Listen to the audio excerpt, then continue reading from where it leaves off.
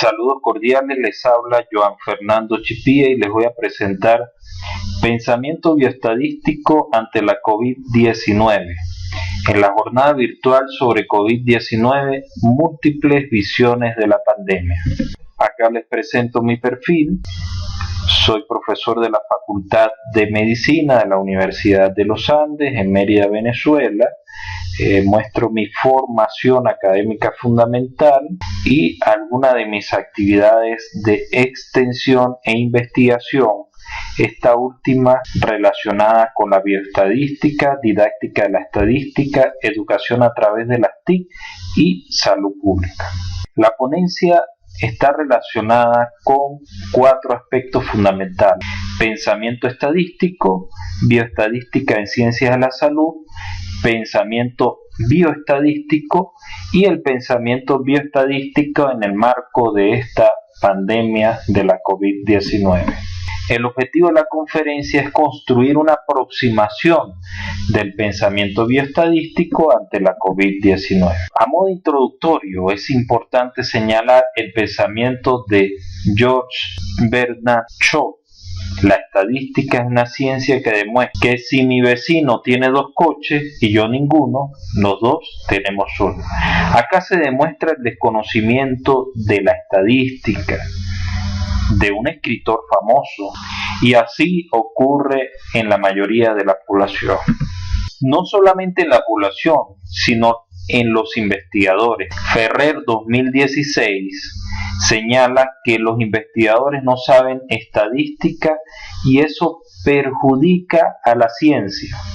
Un estudio publicado en JAMA junto a la Asociación Americana de Estadística revisó millones de estudios y encontró que el 96% tenían un p-valor estadísticamente significativo, que indicaron que estos datos no son realistas. Es imposible que el 96% de las hipótesis analizadas sean significativas. Esto está relacionado con una presión selectiva a obtener un p-valor menor a 0,05 o 0,01 según se haya escogido, y creer que cuando obtengo diferencias estadísticamente significativas estoy encontrando resultados que son válidos. Cuando hablamos de pensamiento estadístico podemos dar una definición de Vallecillos 1999 que indica que el razonamiento estadístico debe describir en general las acciones de un investigador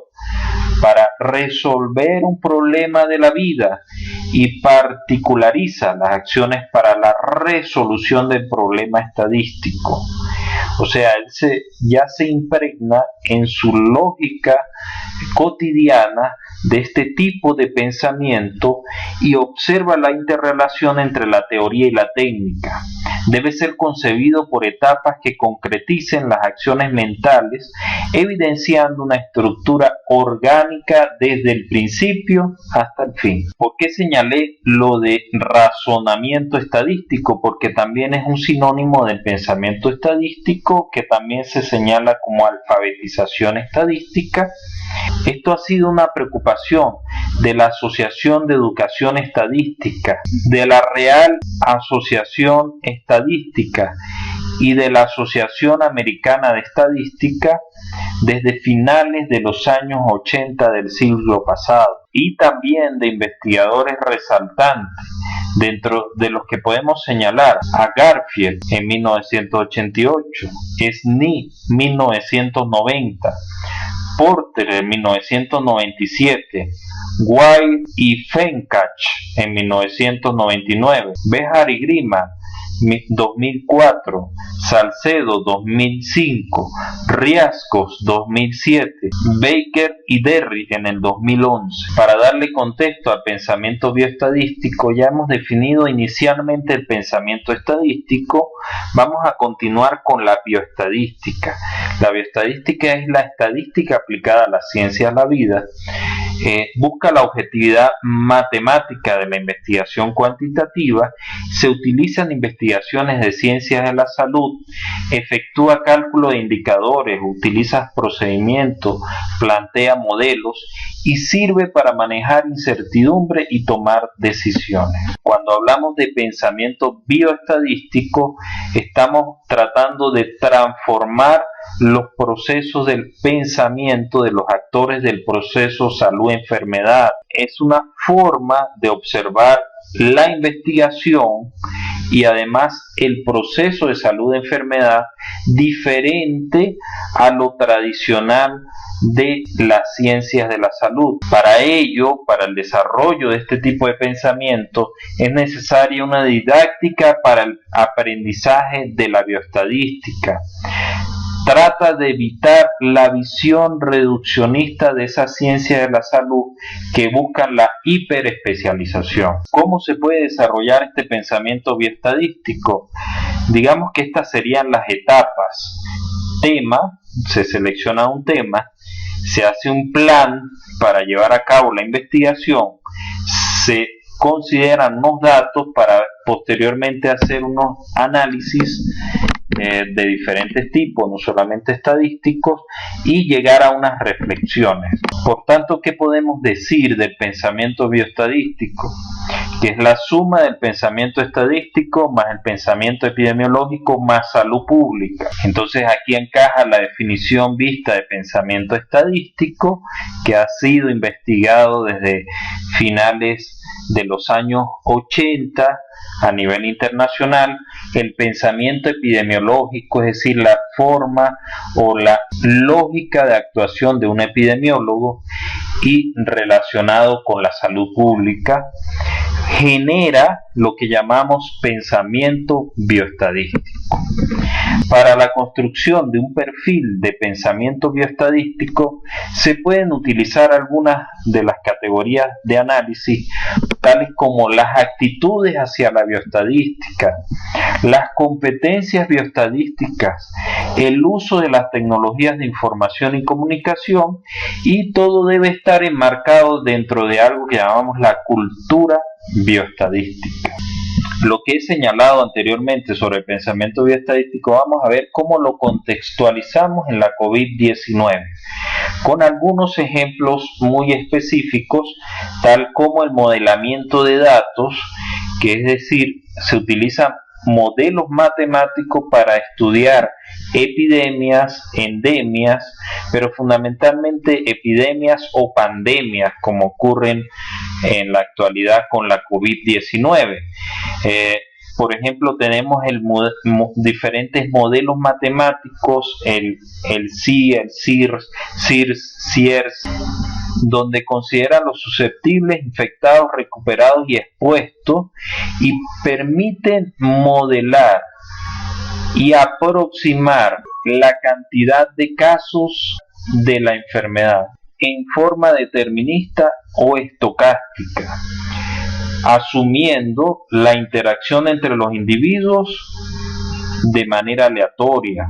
Estos modelos utilizan ecuaciones diferenciales que no vamos a explicar en esta exposición, pero es importante señalar que estos modelos matemáticos se utilizan desde vieja data, tal como Daniel Bernoulli en 1760 señala que es uno de los primeros en desarrollar un modelo que evaluó el efecto de vacunar a la población contra la viruela. Y este tipo de modelo empezó a desarrollarse, digamos que tuvo un gran progreso a principios del siglo XX. Veamos algunos ejemplos de lo que señala López, Vidal y Valdés. El SIR, S-I-R, susceptibles, infectados, recuperados, se utiliza para una enfermedad como sarampión.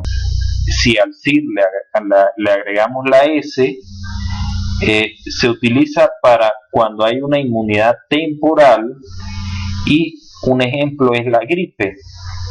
El SI, un ejemplo es el VIH, el SIS, las enfermedades de transmisión sexual, el SEIR, en la enfermedad como el ébola, y si le agregamos una S, funciona para el rotavirus.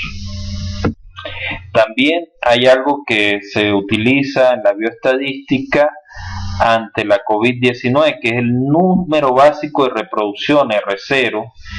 Si es mayor a 1, la infección se propaga, que sería una epidemia. Si es igual a 1, la infección se mantiene constante, sería endémica, y si es menor a 1, la infección se autolimita. Este número esperado de infecciones secundarias derivadas de un único individuo infectado durante el periodo infeccioso en una población totalmente susceptible. Existen diferentes estudios sobre la COVID-19 que indican que está entre 2 y 3.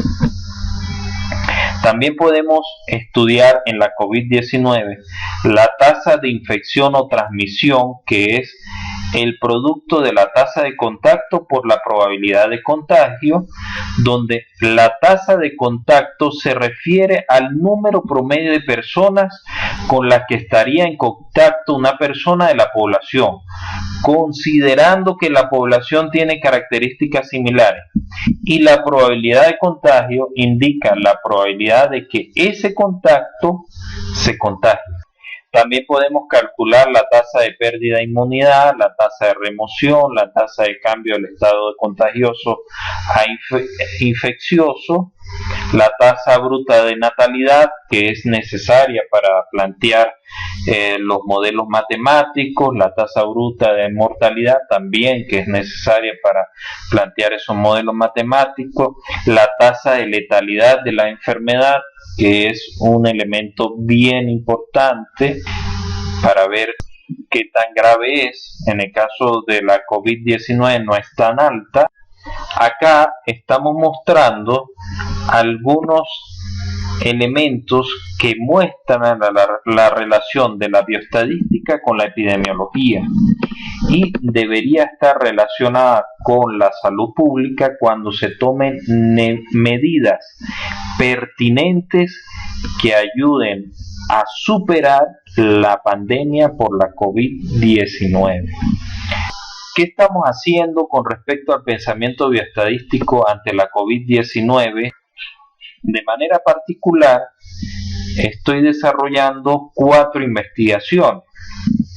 En la primera investigación estoy haciendo ansiedad, depresión, estrés y estilos de vida ante el aislamiento social por la COVID-19 en Sudamérica. ¿Cuál es el avance de esta investigación? Se efectuó una recolección de datos a través de un formulario de Google con más de 17.000 respuestas de personas de habla hispana en los países de Sudamérica, y esto está llevándose a cabo por un grupo de investigadores de varios países de Sudamérica, en el cual estoy incluido.